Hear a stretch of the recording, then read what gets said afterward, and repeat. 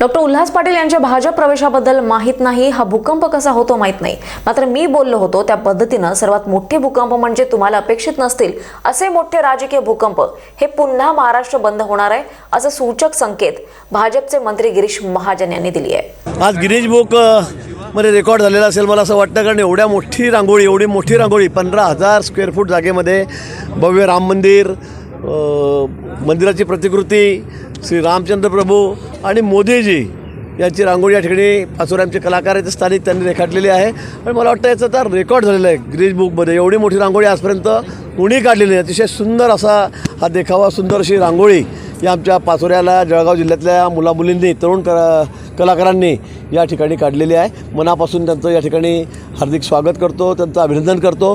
त्याचबरोबर आज आपण बघितलं असेल की आजपर्यंत कधी आपण अशी अभूतपूर्व गर्दी बघितली असेल, एवढा उत्साह बघितला नसेल, एवढा उत्साह आज संपूर्ण भारतातच नाही तर जगभरात अनेक ठिकाणी ज्या ठिकाणी सगळे हिंदू बांधव राहतात त्या ठिकाणी हा उत्सव या ठिकाणी सुरू आहे। प्रभू रामचंद्र आपल्या घरी परतलेले आहेत, मंदिरामध्ये विराजमान झालेले आहेत आणि त्यामुळे सर्वांना अतिशय म्हणजे आनंद आहे, अभिमान आहे आणि गौरव या सगळा माननीय मोदीजींमुळेच हे शक्य झालं हे सर्व जगाला माहिती आहे, देशाला माहिती आहे आणि म्हणून मोदीजींचं मनापासून या ठिकाणी अभिनंदन।